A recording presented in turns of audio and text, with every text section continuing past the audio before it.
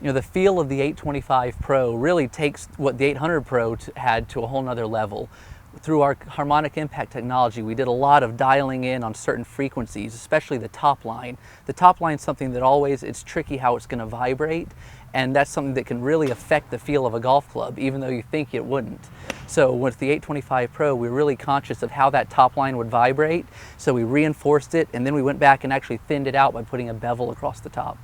The great thing about the 825 Pro really is the look of it. From behind the ball at address, it's very clean, looks gorgeous, and from the back, it's a big cosmetic upgrade from the 800 Pro. It just looks solid, looks thick, it's got a lot of forgiveness built into it, and it's a club that I think is going to perform for a ton of people. One of the main changes we made on the 825 versus the 800 Pro technology-wise is we switched the type of milling we did. On the 800 Pro, we actually milled the back of the blade. What we did there was to try to increase the COR a little bit. We weren't really focusing too much on launch. With the 825 Pro, on the other hand, we went to a T-slot milling, which that's really helpful to take a lot of meat out low and allows us to make a little bit wider sole and push that center of gravity back and down. One of the first things you'll notice about this club is the top line, actually. If you hold it like this, you can see there's actually a 45-degree bevel across that top line. What that did is a couple things for us. It allowed us to beef up that top line in terms of actual measured thickness from the face, and that helps us have a more rigid top line, actually gives it feel a little bit better.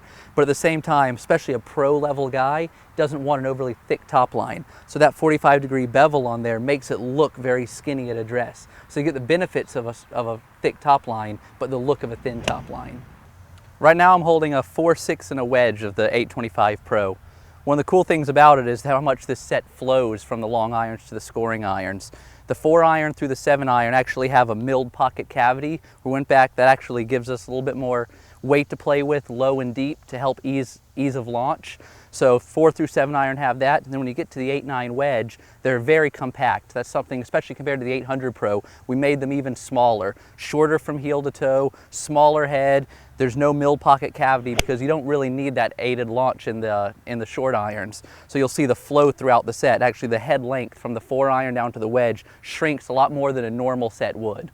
Yeah, what's nice at address on the 825 Pro is there's just a little bit of offset. The appearance of offset isn't as much as the 800 Pro even.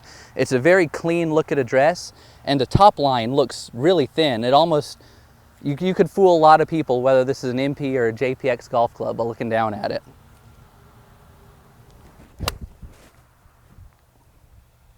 That's a good high ball flight. You know, compared to the 59 4-iron, which I bagged for a long time, this goes significantly higher. It's easier to launch, gets up, feel is very similar. Actually goes a little bit longer than it because the face is a bit thinner and the loft is a little bit stronger than the MP. But in terms of comparing it to something like the MP-H4, it's actually very comparable in terms of forgiveness. You know, this actually doesn't quite launch it as high as the H4 because the center of gravity is not quite as deep. But because it's not as deep, it's actually going to be a little bit more workable with this one. I've got an 8-iron in my hand right now. The great thing with this one, because we went a little bit smaller on the head size, you're able to manipulate shots a lot more with it, a little bit more of a pro style approach to the design. So while typically a JPX golf club is going to launch high, with this one you're still able to hit little knockdown shots, and I'm going to hit a little punch draw right here.